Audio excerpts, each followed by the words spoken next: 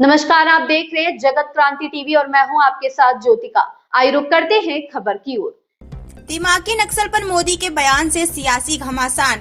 प्रधानमंत्री नरेंद्र मोदी के दिमागी नक्सल वाले बयान पर राजनीतिक बयानबाजियां शुरू हो गई हैं। बीजेपी के राष्ट्रीय प्रवक्ता सुधांशु त्रिवेदी ने कांग्रेस के वरिष्ठ नेता पी चिदंबरम पर पलटवार किया है।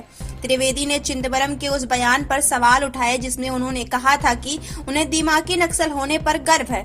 बीजेपी नेता ने पूर्व प्रधानमंत्री मनमोहन सिंह के 2006 के उस बयान का जिक्र किया जिसमें उन्होंने कहा था कि नक्सलवाद को देश की सबसे बड़ी आंतरिक सुरक्षा चुनौती बताया था। उन्होंने कांग्रेस से पूछा कि क्या वो सिंह के आकलन से सहमत हैं या फिर चिदंबरम के हालिया बयान से। 15 अगस्त को लाल किले से स्वतंत्रता दिवस के भाषण में प्रधानमंत्री नरेंद्र मोदी ने कहा कि सरकार जंगलों से हथियारबंद नक्सलियों को खत्म करने में सफल रही है, लेकिन उन्होंने चेतावनी दी कि दिमागी नक्सल अभी भी मौजूद हैं।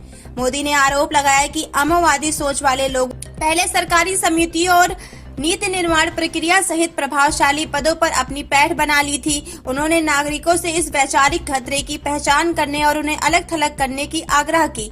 इस टिप्पणी से राजनीतिक विवाद खड़ा हो गया और अगले ही दिन चिदंबरम ने सोशल मीडिया पर प्रतिक्रिया देते हुए कहा, मुझे दिमागी नक्सल होने पर गर्व है। बीजेपी की प्रेस कॉन्फ्रेंस में बोलते हुए सुधांशु त्रिवेदी ने कहा कि पार्टी को हैरानी है कि चिदंबरम ने मोदी के स्वतंत्रता दिवस वाले बयान पर 24 घंटे के अंदर ही जवाब दे दिया। त्रिवेदी ने कहा कि चिदंबरम ने असल में मोदी के इस्तेमाल किए गए शब्द से खुद को जोड़ लिया है। उन्होंने कांग्रेस से साफ करने को कहा कि वह पूर्व प्रधानमंत्री मनमोहन सिंह के नक्सलवादी पर किए गए आकलन को सही मानती है या फिर चिदंबरम के हालिया रुख को। बीजेपी प्रवक्ता ने 13 अप्रैल 2026 के सिंह के उस बयान का जिक्र किया जिसमें तत्कालीन प्रधानमंत्री ने नक्सलवाद को देश के सामने आंतरिक सुरक्षा की सबसे बड़ी चुनौती बताया था।